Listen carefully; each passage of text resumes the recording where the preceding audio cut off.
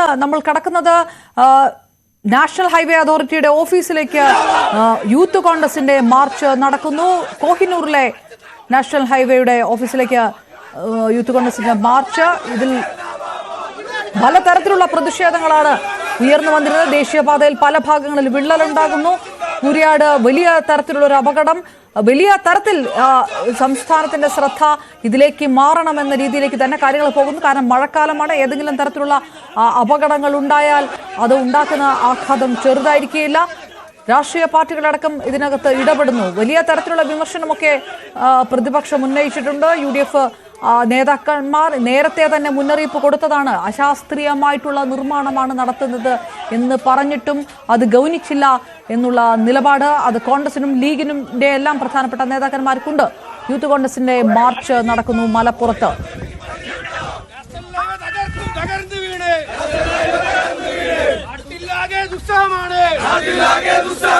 സാധാരണക്കാരുടെ ജനജീവിതം ദുസ്സഹമാക്കും അധികാരികളെ.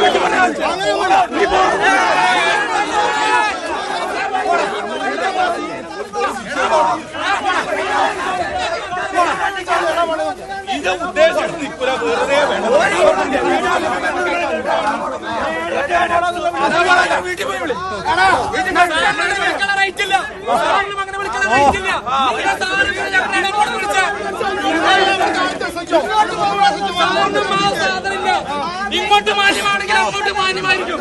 മാന്യമായ സമരത്തെ സാറാണ് അടിച്ചിലാക്കിയത്. മാന്യമായി തുടങ്ങിയാലേ സമരം വന്നുടനെ തല്ലിന്റെ സമരം എവിടെ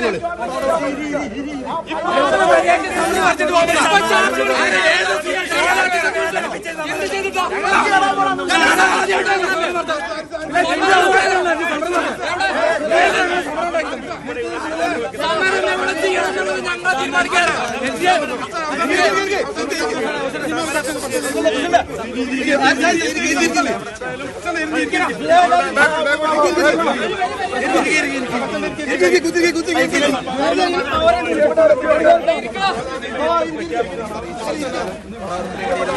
വേണ്ടി പോവുകയാണ് പോലീസ്.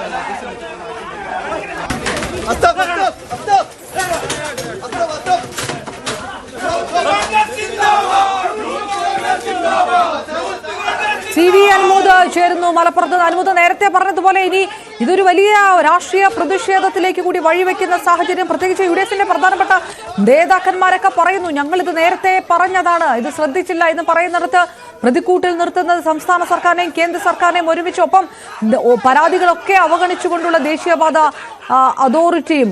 ഏത് തരത്തിലേക്ക് പ്രതിഷേധം കടക്കുന്നു? വിവരങ്ങൾ എന്താണ് അവിടെ നിന്ന്? അപർണ, യൂത്ത് കോൺഗ്രസ് ഈ ഹൈവേയുടെ നിർമ്മാണം കരാർ ഏറ്റെടുത്ത KNRന്റെ ഓഫീസിലേക്കാണ്, കോഹിനൂർ ഓഫീസിലേക്കാണ് പ്രതിഷേധം സംഘടിപ്പിച്ചത്.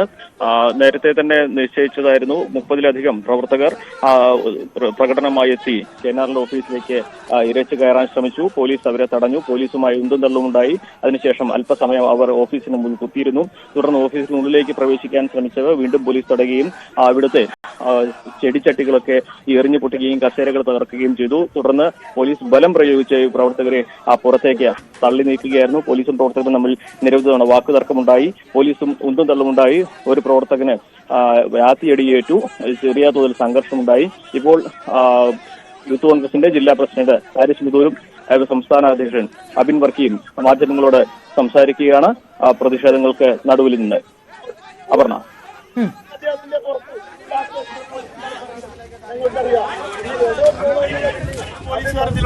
ഞങ്ങൾക്കറിയാം. പിന്നെ എടോ പോടോ എന്നുള്ള വിളി അത് സംസ്ഥാന ഉപാധ്യക്ഷന്റെ നേരക്ക് വന്നാൽ അതിനെ എങ്ങനെ നേരിടും?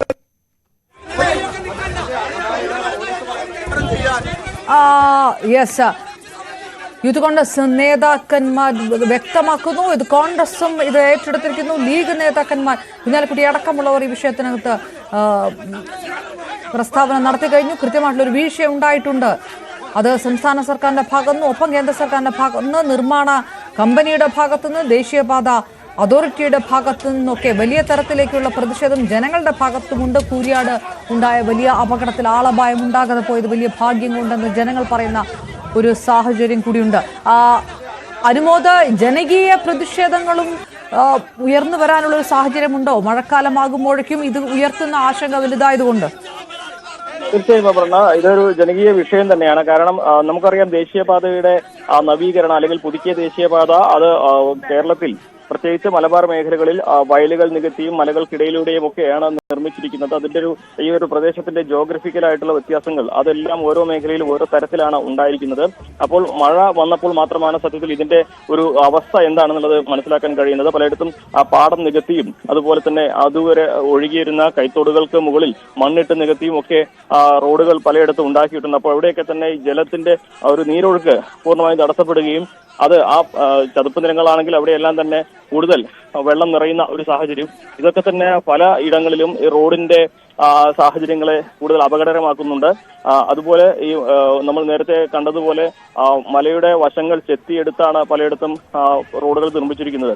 അപ്പോൾ ആ വഴി ആ മേഖലയിൽ ചെത്തിയെടുത്ത പ്രദേശത്തുള്ള ഉറവുകളൊക്കെ പൂർണ്ണമായിട്ടും സർവീസ് റോഡുകളിലേക്ക് വെള്ളം ഒഴുകിയെത്തുന്ന അവസ്ഥ, ഉറവുകളിലൂടെ വെള്ളം ഒഴുകിയെത്തുന്ന അവസ്ഥ, അങ്ങനെ വെള്ളം നിറയുന്ന അവസ്ഥകളും മണ്ണിടിയുന്ന അവസ്ഥയും ഒക്കെ പലയിടത്തുമുണ്ട്. ഇതൊക്കെ എത്രത്തോളം ഉണ്ട് എന്നുള്ളത് വ്യക്തമാകണമെങ്കിൽ ഈ ഒരു മഴക്കാലം കാത്തിരിക്കുക തന്നെ വേണം. കാരണം അതൊരു ടെസ്റ്റിംഗ് പീരീഡ് ആയിട്ട് തന്നെ വേണം ഈ ഒരു മഴക്കാലത്തെ കാണുവാൻ.